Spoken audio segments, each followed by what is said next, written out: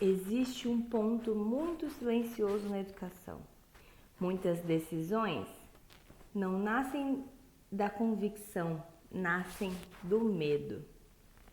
Hoje estamos no 9º vídeo da nossa série de lives que vai te ajudar a ser uma mãe com mais autoridade, com mais firmeza, que vai conseguir direcionar a educação dos seus filhos de verdade.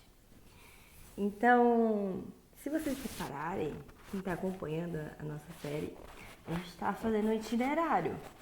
Começamos a falar do comportamento das crianças, agora vamos falar sobre a maturidade das mães e dos pais, dos cuidadores no geral, tá?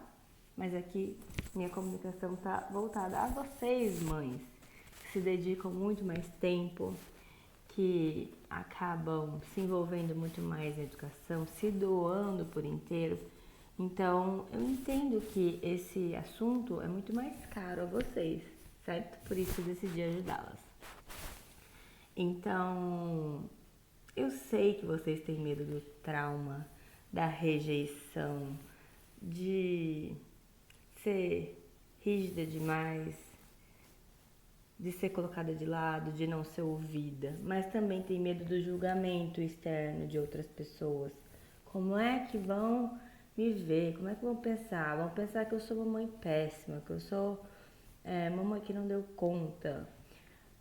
Medo de repetir o erro que vocês viveram, que vocês receberam dos próprios pais. Eu sei que existe isso dentro de você.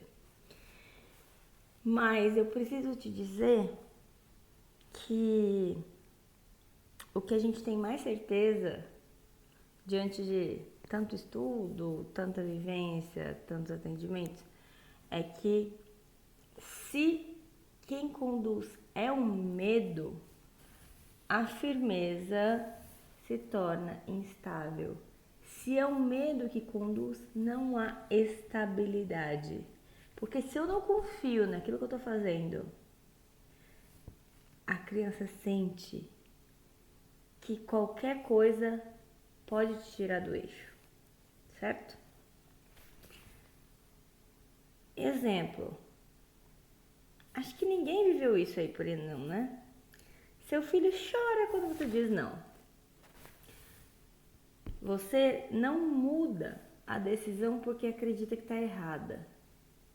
Você sabe que aquilo é o correto, faz mais sentido. Mas você acaba mudando por medo. Medo de estar sendo dura demais com o seu filho. Ou estar até repetindo padrões que seus pais fizeram com você. E aí isso acaba te reverberando memórias, sensações, pensamentos de que, poxa vida, eu sofri tanto, então meu filho, não vou fazer isso por ele.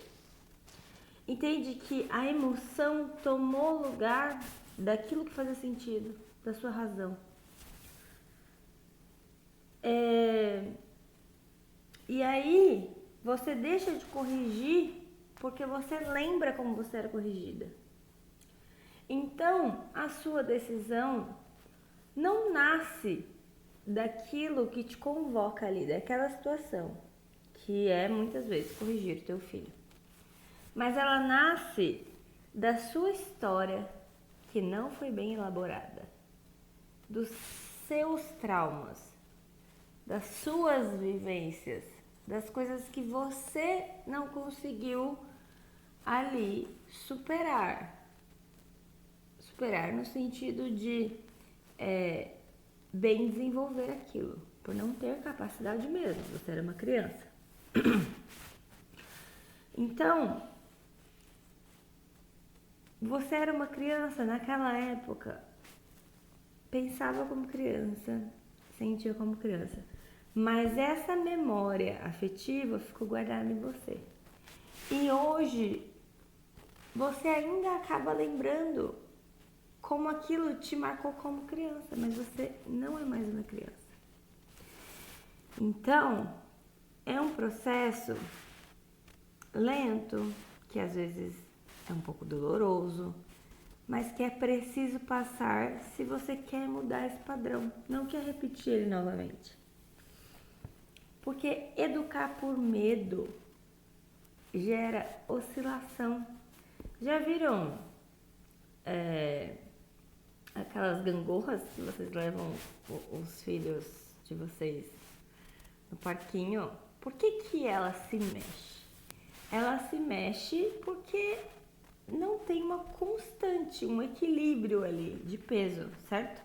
Então tem uma oscilação, ou por um peso mais leve e um mais denso, outro ou por um impulso. Então, eu empurro o pezinho e subo, outro empurra o pezinho e sobe, certo? Então, seja pela diferença de massa mesmo ali, né? De dois objetos diferentes, seja pelo empurrão que ele dá.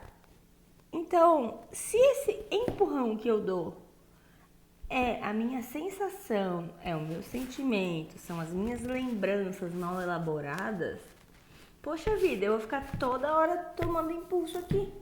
E eu nunca vou conseguir estabilizar minha gangorra. Porque o medo é reativo. Já repararam? O medo ativa uma parte no nosso sistema nervoso que nos deixa em alerta. Então, sempre que eu tenho medo, eu estou em alerta. Se eu estou em um ambiente confortável, seguro, que eu já conheço pessoas, eu fico muito relaxada e tranquila.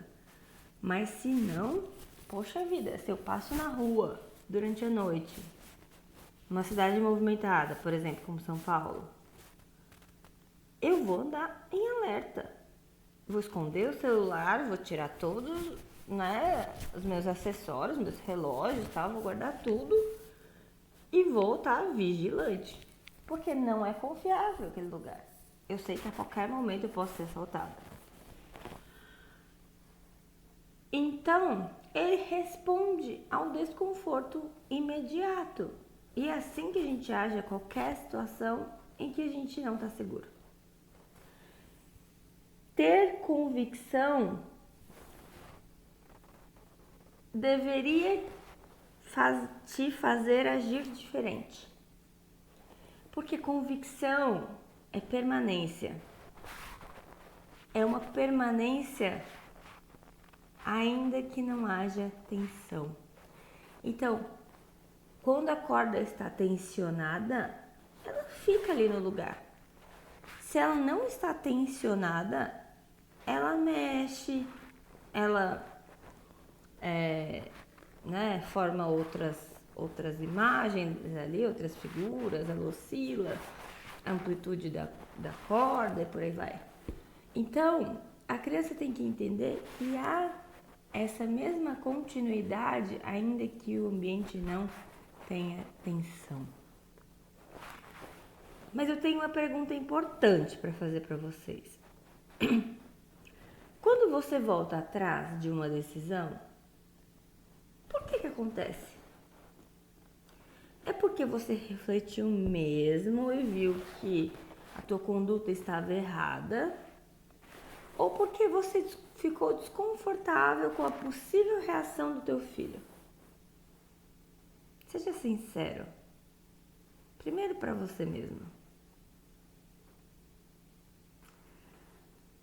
Depois, se você se sente à vontade, compartilha aqui, dizendo qual situação foi essa. Porque admitir isso para você mesma muda tudo, eu te garanto. Para que haja qualquer mudança, é primeiro preciso que a gente reconheça o que está acontecendo. Se eu não reconheço o problema, eu não consigo mudar nada. Eu vou continuar do mesmo jeito e isso não vai me trazer incômodo. Ou, pelo menos, não vai aparentar ser um incômodo. Às vezes a gente acaba mascarando isso. Então, hoje, vamos lá, nossa ferramenta prática do dia. Hoje, diante de um conflito você vai se perguntar lá no fundo: eu estou sustentando aquilo que eu acredito ou estou tentando aliviar por um medo meu? Se a resposta for medo, você vai parar, você vai respirar e você vai lembrar o porquê daquela sua decisão. Quais são os motivos pelos quais você estava disposta a fazer aquilo? Porque decisão não se muda quando você está em um estado de alerta, ou seja, em um estado ansioso. Porque se a gente fica sempre pensando nas possibilidades, e se o meu filho me chamar de chata? E se o meu filho achar a mãe do amigo mais legal que eu? E se o meu filho não gostar mais de mim? E se o meu filho mostrar a língua pra mim? Gritar comigo? E por aí vai. E se? Mas o que está acontecendo ali? Ali, agora, neste momento. Aqui, agora, neste momento. Na sua situação ali. O que está acontecendo?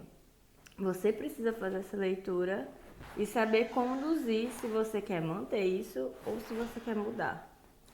Então, eu te convido a refletir e te espero amanhã no próximo vídeo.